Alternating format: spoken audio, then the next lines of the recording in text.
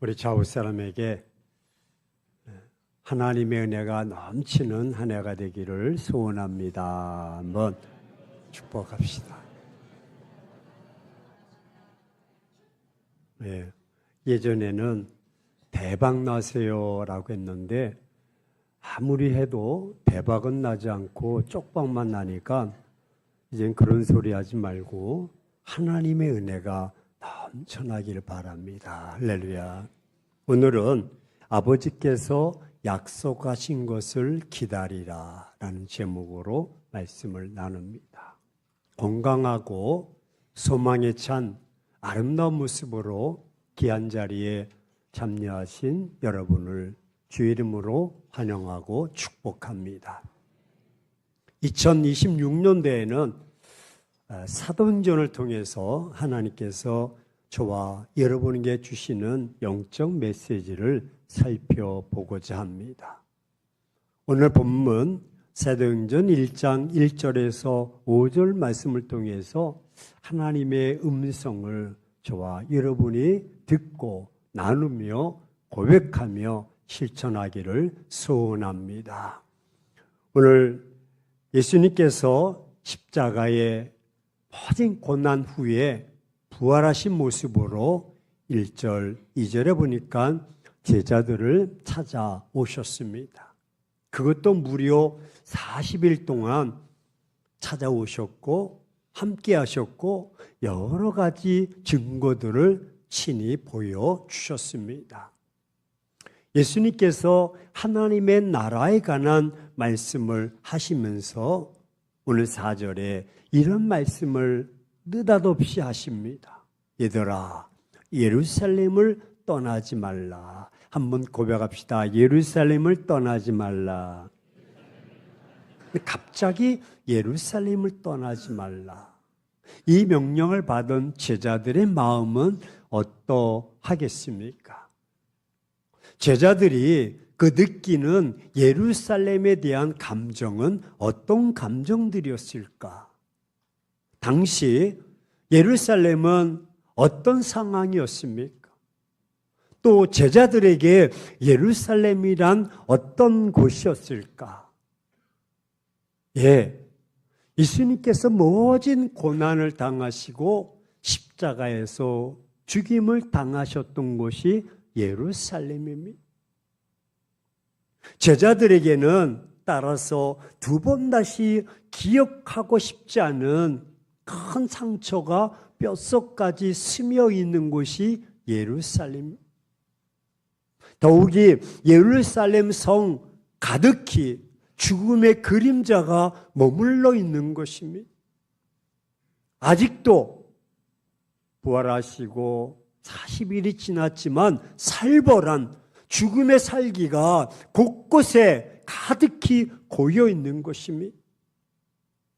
순간마다 자신들의 생명이 위협을 받고 있는 것이 바로 예루살렘입니다.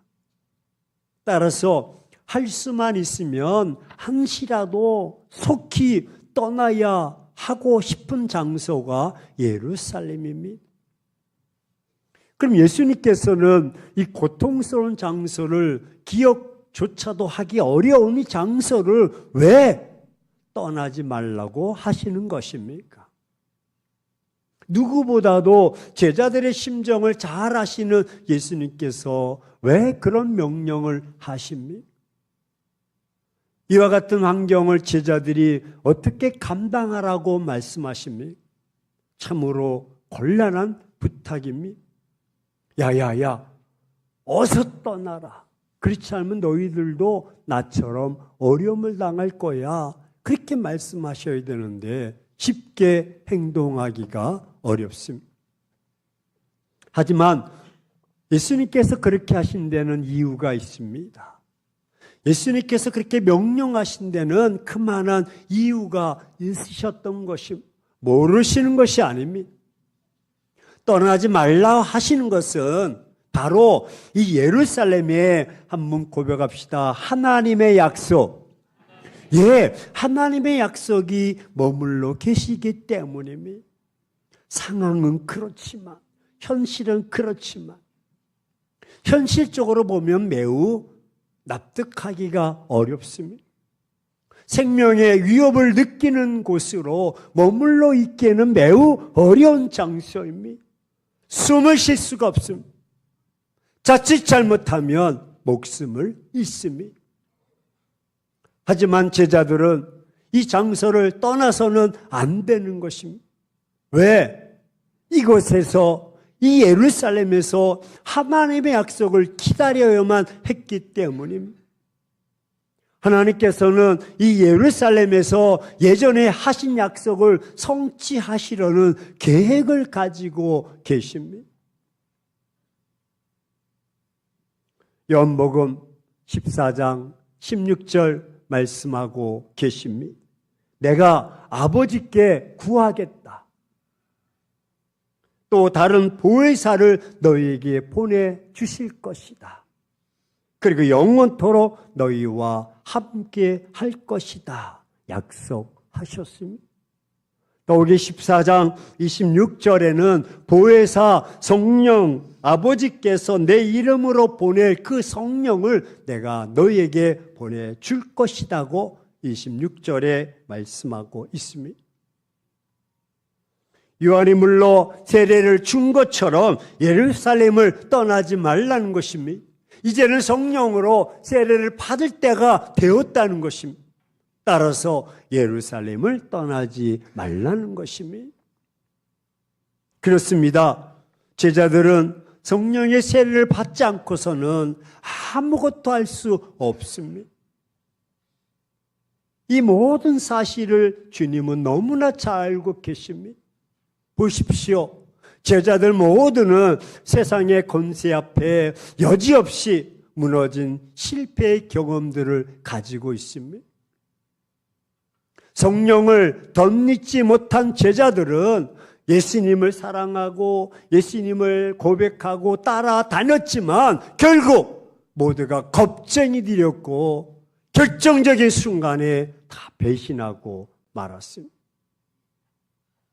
하나님의 일은 결코 사람의 의지나 사람의 경험이나 힘이나 능력으로는 할 수가 없는 것입니다.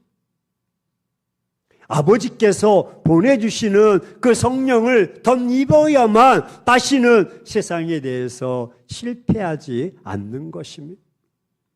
성령으로 세례를 받아야만 비로소 하나님의 일을 시작할 수 있기 때문에 떠나지 말라 말씀하십니다.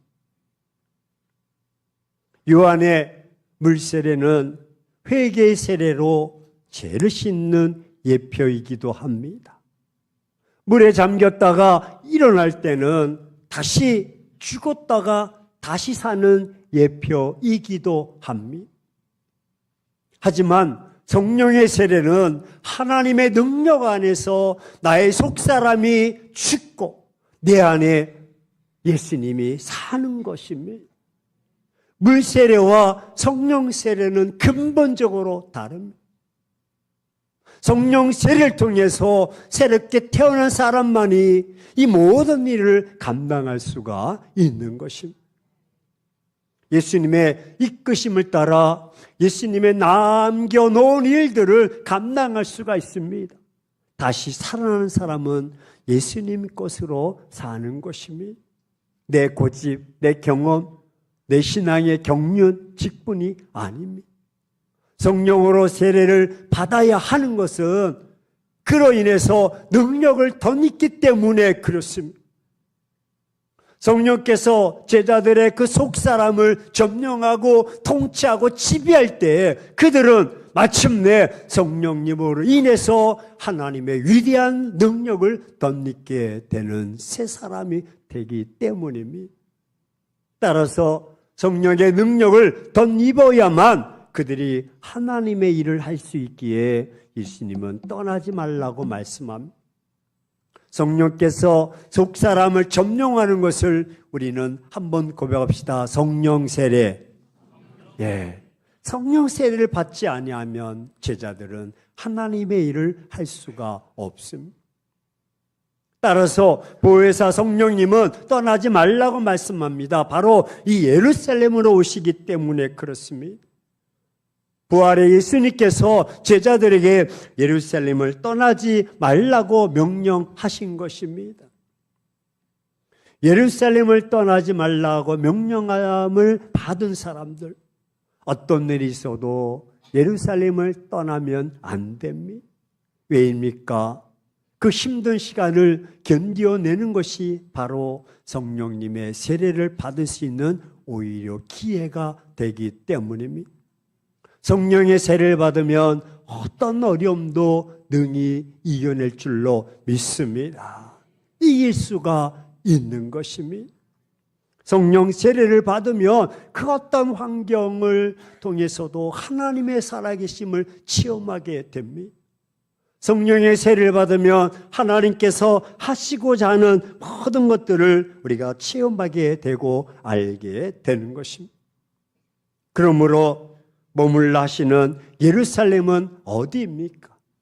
떠나지 말아야 할 첫 번째 예루살렘은 저는 교회라고 말하고 싶습니다.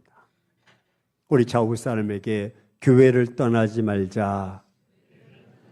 교회를 떠나지 말자는 것은 하나님을 떠나지 말자는 것이고 예배 자리를 떠나지 말라는 것입니다.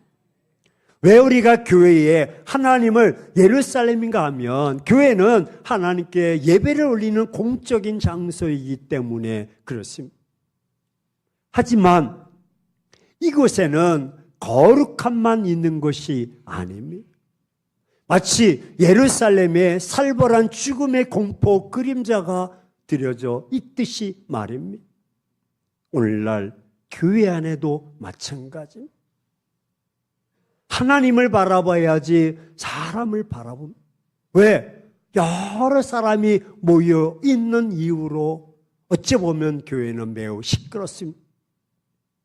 그 이유는 믿음의 분량이 각각 다르고 삶의 방식이 다르고 아직 성령 세례를 받지 못한 사람들이 여기에 섞여 있기 때문에 그렇습니다.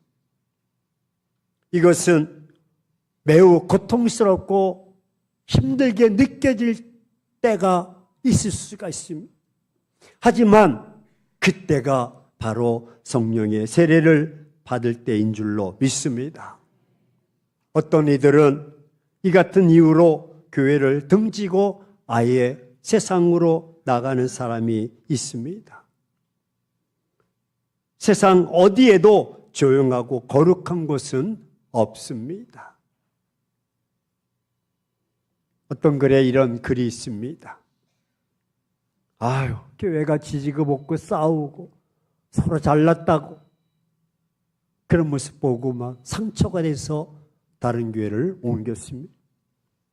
그 교회도 역시 가보니까 역시 혼란스럽고 지지고 볶고 은혜가 없이 싸우는 것입니다.